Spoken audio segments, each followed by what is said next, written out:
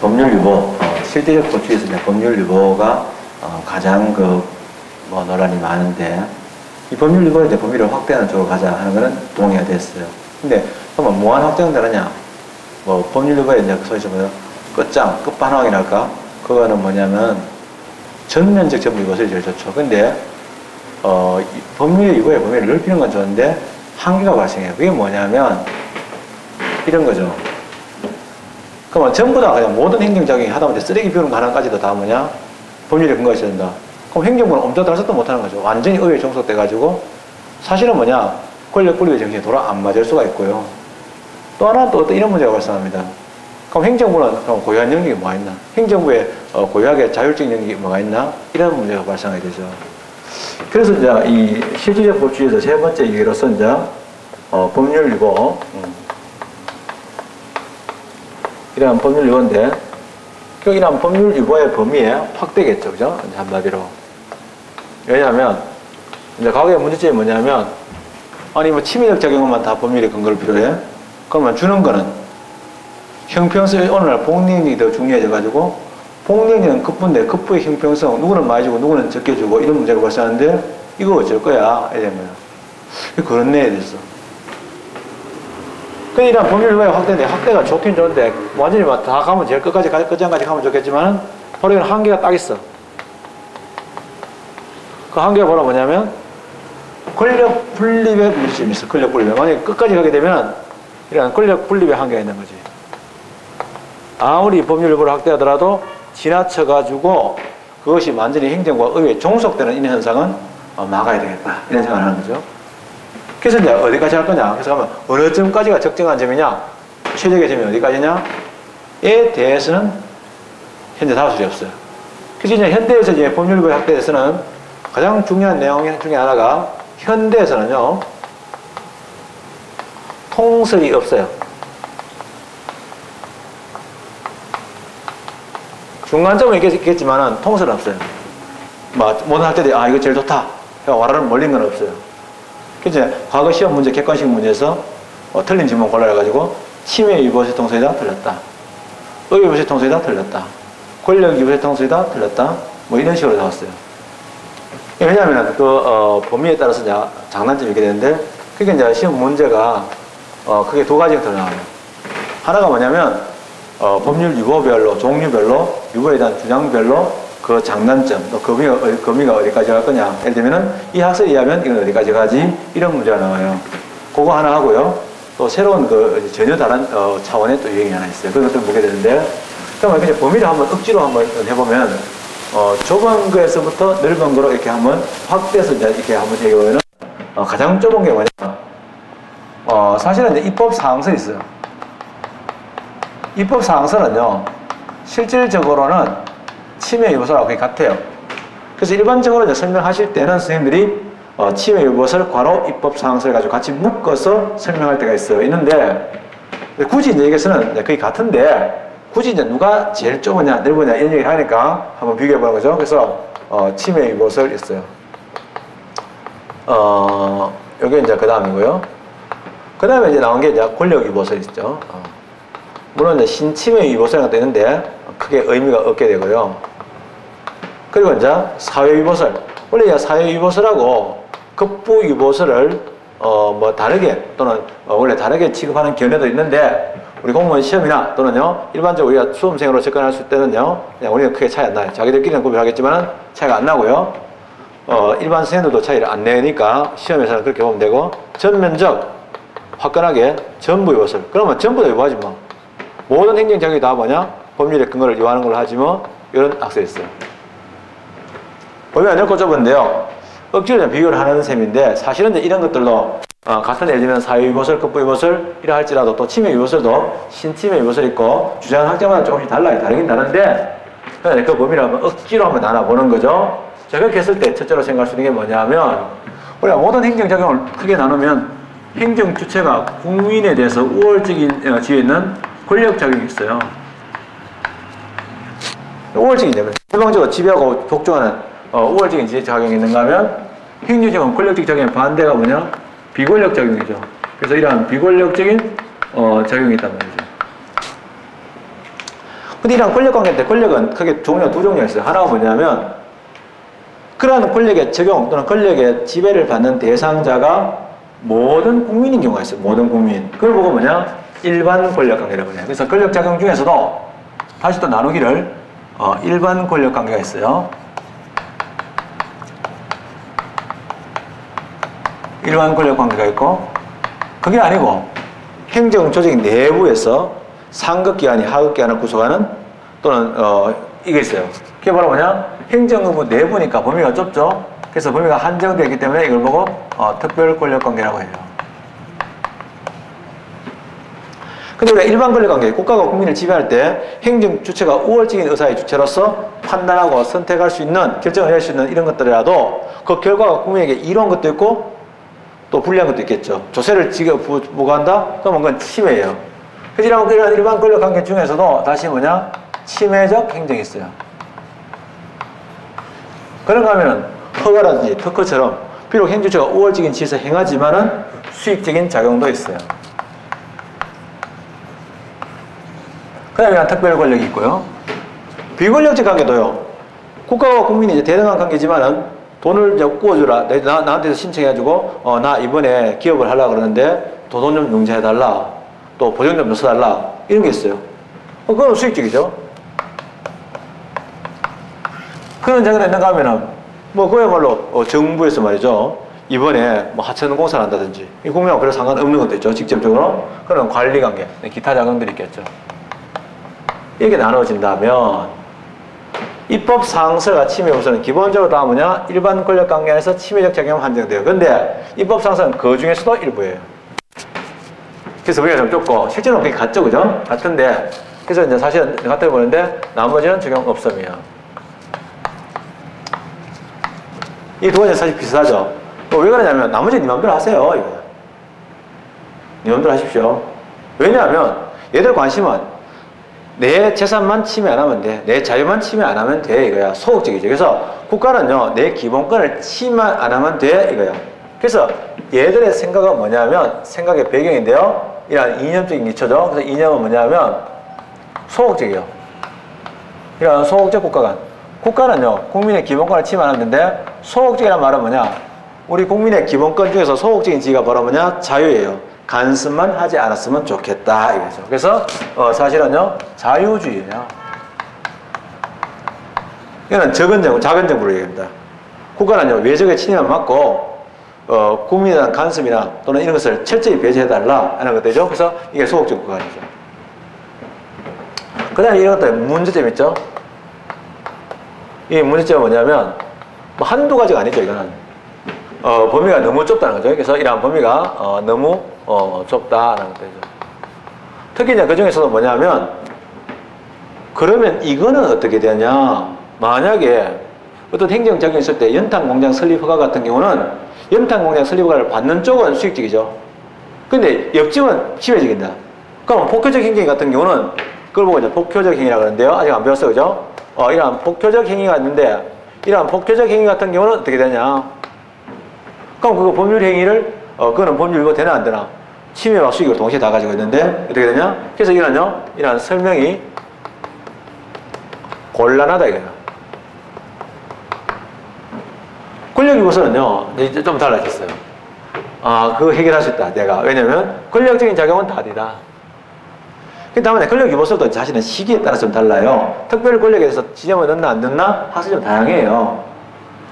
근데 이제, 비권력 적용은 무조건 안 돼. 그건 동의해서 자발적으로 동의한 거니까 굳이 그게 법률의 근거가 필요하잖아. 우리가 굳이 행정을 적용해서 법률의 근거를 요하고 법률의 근거가 있을 때만 하도록 하는 이유는 권력적인 작용은 국민의 의사와 상관없이 일방적으로 밀어붙이니까 국민의 기본권 침해 가능성이 커서 하는 거지만은 비권력적 작용은 자기들끼리 합의에 의해 가지고 동의를 한 거기 때문에 그거는 괜찮아 이렇게 생각한 거예요. 근데 이거는 이제 잘 알다시피 이러한 폭효적 행위, 이러한 폭효적 행위를 설명하기에 폭효적 행위를 설명하는데 상당히 용이하다. 이건데, 자 우리가 통계에서 보면요, 메디안 이런 게 있잖아요. 실질적으로 이제 우리가 권력 유보세 통수는 아닙니다. 아닌데 현실적으로 나중에 이제 뒷정면에 다가가가지고 이제 항목별로 뭐 행정지도, 행정행위, 권력적인 이런 작용, 비권력적 작용 나올 때마다 법률의 근거를 요하는 작용이냐 안 하느냐, 즉 법률 위반 원칙이 적용되느냐 이렇게 묻는단 말이에요. 물으면 실질적으로 뭐냐? 권력 요소설이에요. 권력적 작용은 법률의 근거를 요하고 비권력 작용은 요하지 않는다 이렇게 되는 거예요. 그거는 그래서 현실적으로는 이게 적용이 되고 있어요. 왜냐하면 뭐 통설이 없는 상태니까 그냥 절충점, 중간점이 이제 권력 요소설 정도 되겠다. 사유 요소는요. 이게 뭐냐면 아까 전에 얘기했다시피 전혀 생각이 달라요. 뭐 일반 권력관계 물론이고 이미 현대 들어왔으니까 사유 요소를 하는 게 아니라 문제는 뭐냐? 수익적인 거는요. 다 되는 거야. 왜냐하면 이게 왜 필요하냐면 준다. 구매액 줄 때 이러한 급부의 형평성 준다고 다 좋은 게 아니고 형평성에 맡겨줘야 되죠. 이러한 급부의 형평성에 하나의 기준이 필요하다는 거죠. 더더욱이나 오늘날 현대어는 복리행정에서 급부작용이 굉장히 중요해졌다는 거죠. 그래서 이러한 이념적인 배경, 이념적인 이러한 배경은 뭐냐면 우리가 사회적 약자인 사회적 약자인 뭐 예를 들면 가난한 사람들 이런 사람들에 대해서도 인간다운 생활을 좀 해줘야 된다 이렇게 되죠. 그래서 그게 이제 바로 이러한 사회적 이제 민주주의 또는 이러한 사회적 이러한 복리국가입니다. 이 사회적이라는 말은 경제적 약자를 배려하는 또는 나누는 이런 거예요. 그래서 이번에도 협동조합에 보면은 종류가 사회적 협동조합, 이건 비영리 기업으로 운영하도록 되어 있어요. 저는 지금 관심을 가지고 있는데요. 그런 게 있다는 거죠. 그래서 이건 복리국가에서 상당히 의미가 있는 거다라는 거죠. 전면 요소는 화끈합니다. 전부 다 법률 뭐가 필요하다. 사실은 정부 요소의 종류도 다양했어요. 옛날에 한때는. 그냥 지금은 이거 뭐 한물 다 갖는 거니까 대표 중에 하나 남았어요. 그러니까 화끈한 놈들은 뭐냐? 끝장을 보는 거죠. 끝장을 보면은 뭐냐? 장점과 단점이 명확하게 드러나는 거야. 끝장을 한번 보면. 이렇게 되니까 뭐냐? 장점. 기본권이나 인권 보장에는 되게 유리해요. 왜냐하면, 뭐, 예를 들면, 행정부가 뭐 사사건건 할 때마다 법률 근거 필요하니까 함부로 못 하겠죠. 그러나 이제 단점이 중요합니다. 이거는 단점. 단점이 뭐냐면, 첫째로 뭐냐? 권력 분립의 문제점이 있다.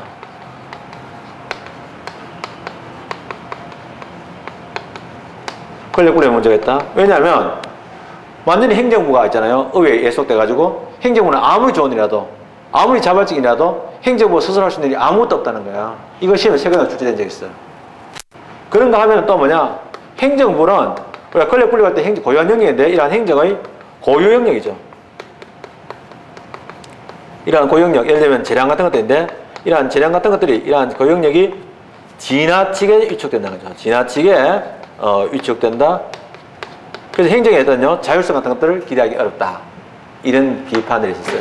이런 문제들은 이제 뭐랄까, 전통적인 문제라 가지고, 문제 형식이 바뀔 때는 이제 가나다 해가지고 어떤 행정의 종류를 설명해요. 뭐, 예를 들면 어떤 65세 노인에게 뭐 급부를 주는데 뭐 이런 나옵니다. 그래서 급부행정 이렇게 나온 다음에 이 중에서 A, B, C 세 학설에 모두 해당되는 건 뭐냐. 뭐 이런 식으로 해가지고 이 학설을 제대로 이해하고 있느냐라는 걸 묻기도 합니다.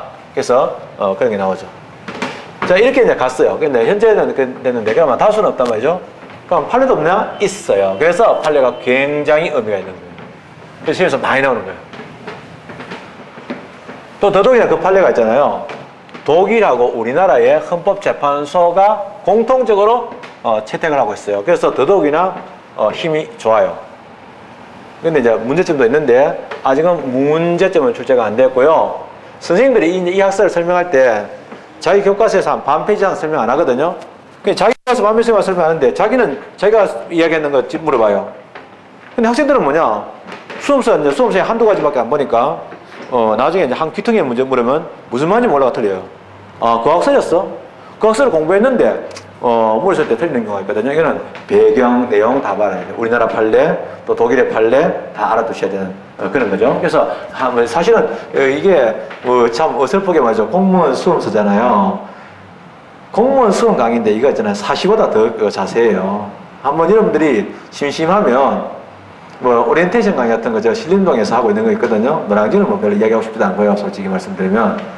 근데 신림동에서 강의하고 있는 내용들, 선생님들 강의들 한번 들어보실 필요도 있어요. 예. 있는데 한번 보죠. 자, 그게 바로 뭐냐? 전혀 다른 차원의 이야기예요. 그게 바로 뭐냐면 의회위보설이라는 거예요.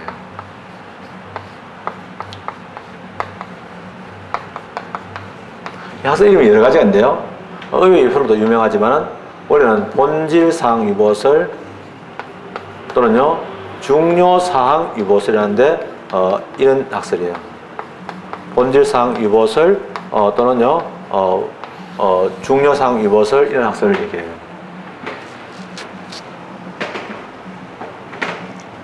요거는 한번 들어보십시오. 어떤 학설 자체가 원래 이제 발생되게 된 배경을 물을 때도 있어요. 그러나 이제 그 뒤로 이제 모습을 갖추었을 때 그 모습을 묻는데 가끔은 배경을 묻는 문제도 나와요.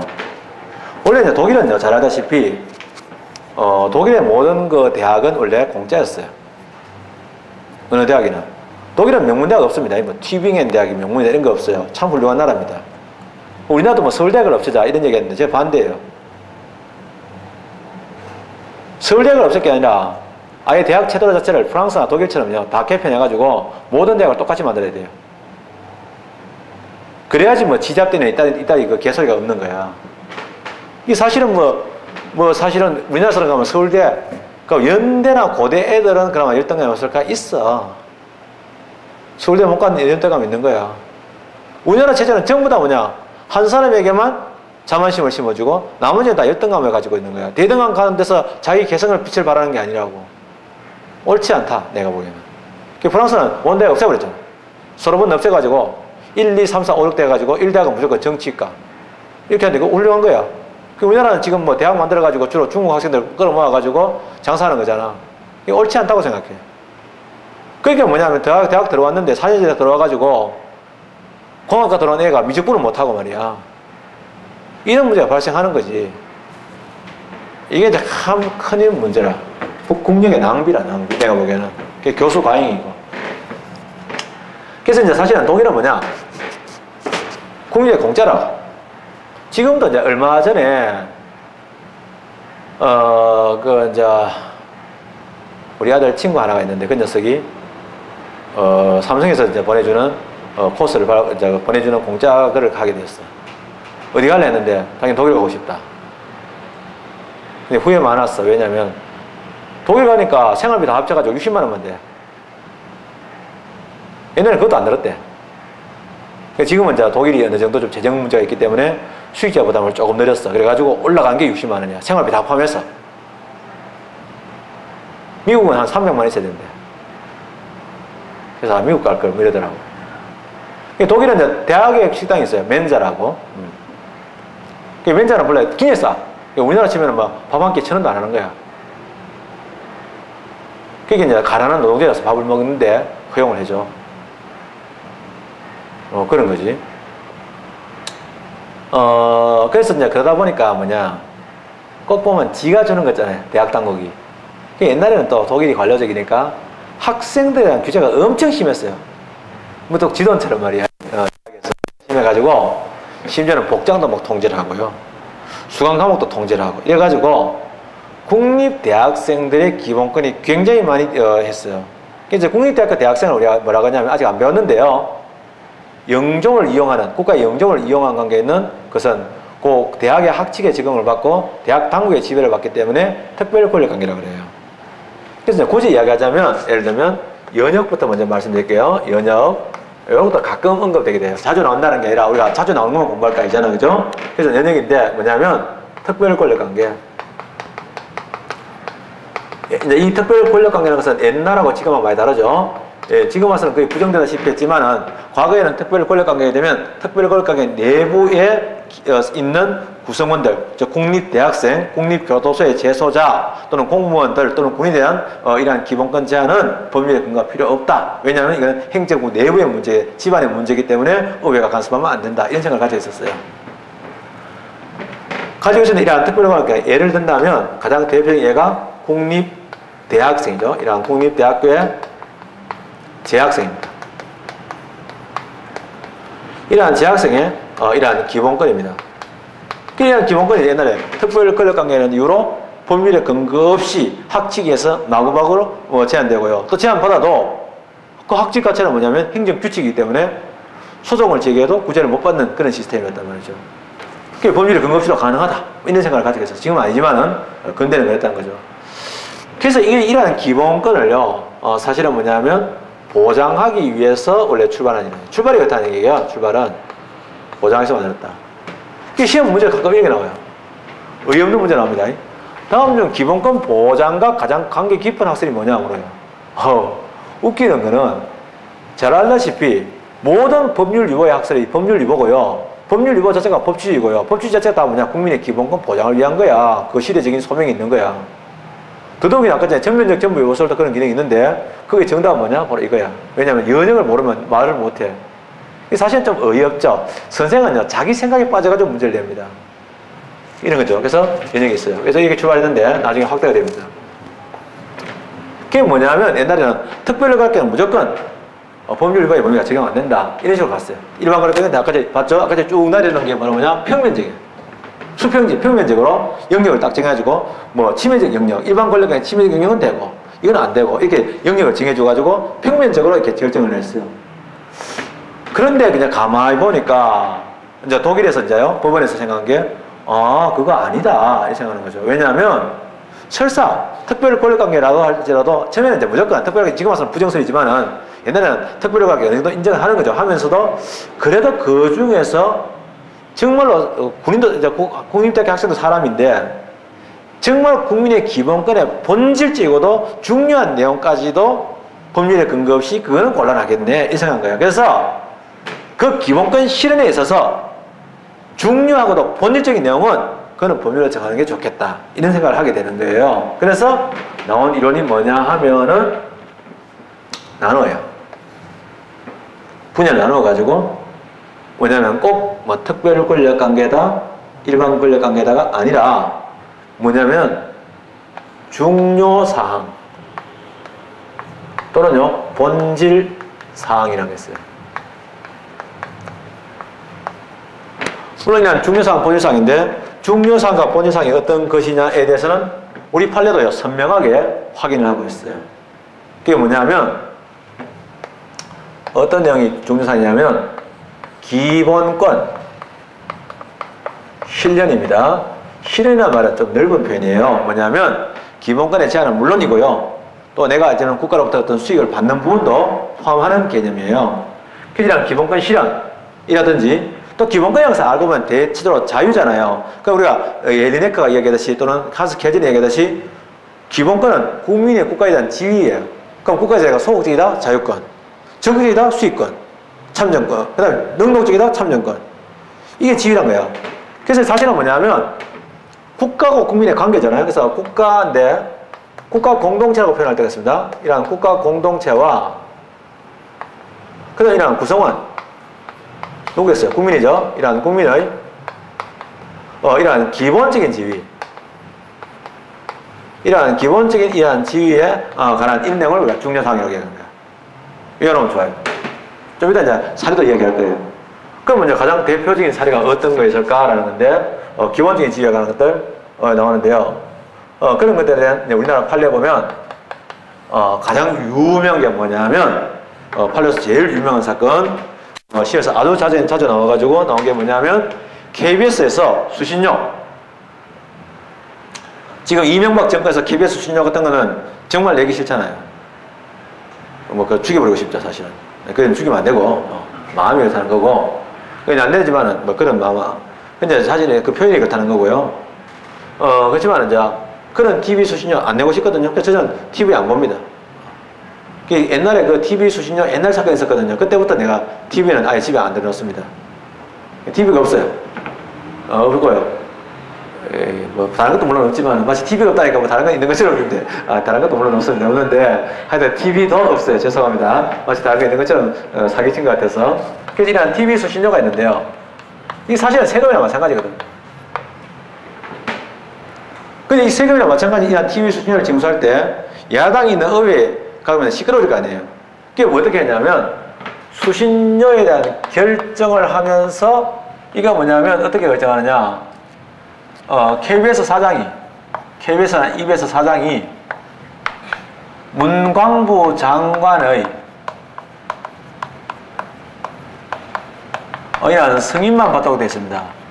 KBS 사장이 문광부 장관의 승인을 받도록 되어 있지 국회 이런 국회의 관여를 완전히 배제합니다. 즉 국회가 동의를 전혀 안 받습니다. 국회가 하는 절차를 완전히 배제하는 거죠. 이 위에까지 쓴다는 것은 거의 키가 1m 90 정도 안 되면은 불가능한 거죠, 사실은. 이건 제 키가 아니면은 가능하지 않을 거라고 생각돼요. 상당히 국회 관여, 자부심이 스스로 생기는데 하여튼 간에 그래요. 어쨌든 간에 국회에 관여가 있는 거예요. 관여를 전혀 안 하도록 하는 거죠.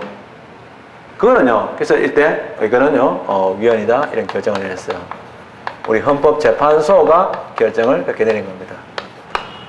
이거는요, 국민의 기본구신의 본질적으로 중요한 사항이기 때문에 이거는 필요하다.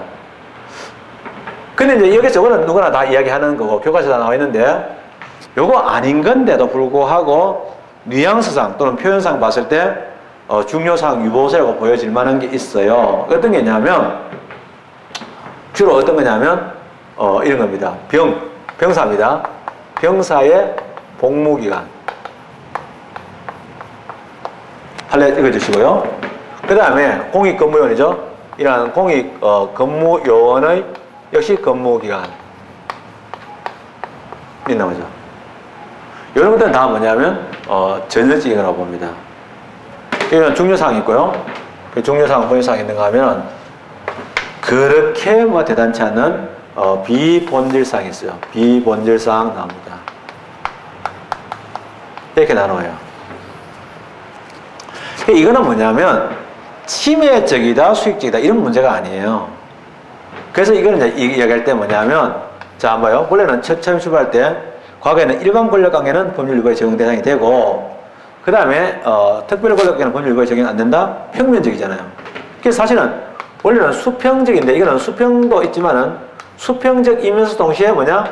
같은 특별 권력관계 안에서도 강도가 센 거는 좀 심한 거는 뭐냐? 중요사항이고 덜 심한 거는 비본질사항으로 이렇게 보는 거야. 상대적이죠? 그래서 뭐냐면 수평 수익적이다 이런 말을 써요. 이게 무슨 말인지 모르면 이해 안 되는 거야. 이 말을 모든 선생님이 다 쓰면 얼마나 좋겠어요. 그럼 우리가 공통되는 것만 공부하면 좋은데 그게 아니고 어떤 놈을 쓰고 어떤 놈을 안 써. 또 하나 뭐냐? 이때까지는 뭐냐면 이게 이제 침해적 영역이냐 수익적 영역이냐 이것만 딱 보면 되는 거야. 경상도냐 전라도냐 이것만 보고 딱 결정하면 되는 건데 이게 그게 아니야. 그 안에서도 또 어떤 거냐 이게 나누어지는 거거든. 그게 뭐냐? 범밀도라고 해요. 범밀도의 문제다. 뭐 사실은 본질과 비본질이라는 것도 따지고 보면 뭐 밀도라든지 또는 뭐 예를 들면 그런 거 아니겠어요? 그래서 그런 문제니까 상대적 그 범밀도의 문제라 이렇게 말할 때가 있습니다. 이런 용어 나오면 아 그런 뜻이구나 알면 되는 거지 뭐 이게 뭐냐 이렇게 묻지는 않는다는 거죠. 그래서 이제 수평 수익인데 여기 되면 뭐냐 단계 구조를 이루고 있다라고 표현할 때 있어요. 단계 구조는 여기서만 나오는 말 아닙니다. 다른 데도 있는데 여기서도 단계 구조라는 말을 써요. 그러면 중요사항하고 중요사항하고 본질사항 할 때 그러면 중요사항 또는 본질사항 또 비본질사항 할 때 차이가 뭐냐면 중요사항은요 이건 뭐냐면 법률화해야 됩니다. 뭐 당연한 거 아닙니까? 별거 아닌데 법률 위반할 때 뭐 다 기본권자 하는데 법률 위반 아니냐? 별거 아닌데 법률 한다는 거야. 잠깐만요. 죄송. 이거 하나 원칙적으로 하는 말 드릴게요. 원칙적으로 법률이 된다는 거죠. 원칙적으로 한대. 죄송. 중요사항은 법률을 한다. 법률이 된다 이거. 명령에 위반만 안 된다는 거야. 이건 네가 해. 법률로만 한대. 이 법률로만 할 수 있는 거야. 그래서 사실은 법률로만 해도 돼. 할 수 있는 거야. 제일 중요한 말은 행정부에게 명령인데 행정부가 정한 법을 명령인데 명령에 위임하지 말라 이거야. 명령에 위임하면 안 되는 거야. 쉽게 얘기하면 중요사항이라는 말 뜻은 의회가 직접 결정해야 되지 명령에다 위임하면 안 됩니다 하는 뜻이 포함되어 있어. 그래서 이거 응용 문제가 나왔어. 이거 이 말 알아들었나 이거야. 제가 다 얘기해줬거든요. 평면적으로 제가 강의 안 하니까 알아듣나. 그래서 뭐냐면 중요사항 유무서는 결과적으로 뭐냐 위임 입법의 한계 기능을 한다는 거야. 따지고 보면 비본질적인 사항은 본질 사항은 위임하지 마라 이래요. 그래서 이거 틀리면 원칙적으로 법률 보고 예외적으로 아닙니다. 그러나 비본질 사항은 뭐냐면 물론 법률에도 좋지 뭐 그거야. 좋지만은 이거는 문제가 안 되고 이거는 명령에 위임해도 좋다 이런 의미라. 그게 결국은 위임법의 한계 문제로 연결되더라. 이런 내용이 되겠어요. 이게 바로 이제 의미부설, 본질상 유보설 이런 의미였어요. 그래서 단계 구조다. 또 이런 내용을 하게 됩니다. 판례를 잠깐 같이 한번 보면 좋겠어요. 제가 적어드린 거 외에 또 있는데요. 40페이지 보면 텔레비전 방송 수신료 결정이 본질상인 중요한 사항이라는 판례가 있는데 이거 있잖아요. 제가 줄을 쳐는 게 있어요. 제 줄 치는 거 굉장히 후회하거든요. 근데 줄 쳤다 안 쳤다 왔다 갔다 하는데요. 줄은 여러분이 쳐야 되는데 눈으로 쳐야 돼요. 왜냐하면 줄을 쳐놓으면 줄 친 것만 봐요. 그럼 원래 그럼 줄 안 친 건 다 없애버려야죠. 아니거든요. 첫째로 오늘날 법률 위반의 원칙은 단순히 행정작용이 법률에 근거를 두기만 하면 충분한 것이 아니다. 이것도 출제됐어요. 이 질문. 그 다음에 그래서 아니 이러면 맞나 틀리나? 이러면 막 헷갈리는 거지. 단순히. 그 다음에 국가 공동체와 그 구성은 즉 국가와 국민의 기본적이고도 중요한 의미를 갖는 영역, 특히 국민의 기본권 실현에 관련된 영역에 있어서 국민의 대표적인 입법자가 그 본질적 사항에 대해서는 스스로 결정해야 한다는 요까지 내포하고 있다. 이 문장 출제가 됐어. 출제된 문장이라는 것이죠. 그래서 의요소인데 그런데 텔레비전 방송 수신료는 대다수 국민의 재산권 보장의 측면이나 한국방송공사에게 보장된 방송 제휴의 측면에서 국민의 기본권 실현에 관련된 영역에 속하고 수신료 금액의 결정은 납부 의무자의 범위 등과 함께 수신료에 관한 본질적인 중요한 사항이므로 국회가 스스로 행해야 한다는 사항에 속하는 것임에도 불구하고 한국방송공사법에서 국회의 결정이나 관여를 배제한 채 이게 중요해요. 그래서 한국방송공사에금 수신료 금액을 결정해서 문화관광부 장관의 승인을 얻도록 한 것은 법률 위반의 원칙에 위배된다. 그 다음에 그 뒤에도 마찬가지입니다. 국가의 통치조직과 적용하는 기본적으로 본질상은 반드시 국회가 정해야 된다 하는 내용을 갖고 있습니다. 그 다음에 그 밑에 이제 3번 토초세법, 토지초과이득세라는 건데요. 옛날에 토지만 사놓으면 돈이 되잖아요.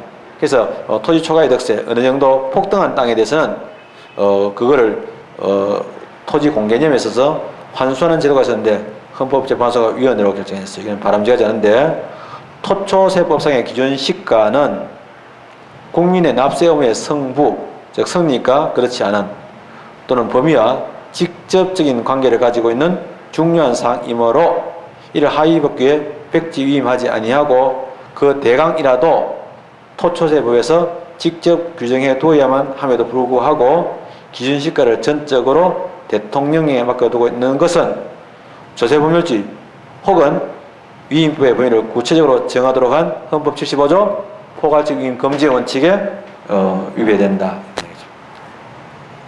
그 다음에 병의 복무기한은 국방부의 본질적 내용이다. 이런 판례도 있었고요. 5번에 토지 소유자가 도시환경정비사업을 실시하는 경우에 사업시행인가 신청 시 필요한 등기 소유자의 요건을 정하는 것은 국민의 권리 의무에 형성하는 기본적이고 본질적 사항이기 때문에 국회가 스스로 해야 된다. 한 번 더 말씀드린 아까 전에 이거를 조합에다가 슬쩍 넘기잖아요. 조합에다가 슬쩍 넘긴 나쁜 짓을 하는 거죠. 왜냐하면 옛날에 그 재개발 하려고 하면 4분의 3 정도 동의가 돼야 된다. 이러면 법률로 정해놓으면 딱 좋은데 정관에다 슬쩍 개정해가지고 바꾼 거야. 정관에다. 그럼 정관은 가반수니까. 그런 거 나오죠. 그 다음에 5번도 마찬가지인데 6번의 경우 국민의 권리 의무의 형성에 관한 사항이나 국가의 통치조직과 적용하는 기본적이고 본질사항은 사항이라고 볼 수 있다 없다 이러는데 그게 바로 법률 이제 그 뭐냐면 중요 사항이라는 뜻입니다. 다 모아봤고요. 요 내용이 다입니다. 그래서 실질적 법치주의를 이렇게 마무리를 짓겠습니다. 이틀 동안 이어서 수업했기 때문에 피곤하실 거고요. 좀 그러니까 오늘은 30분 일찍 마치겠습니다. 예. 오늘 수고 많았습니다.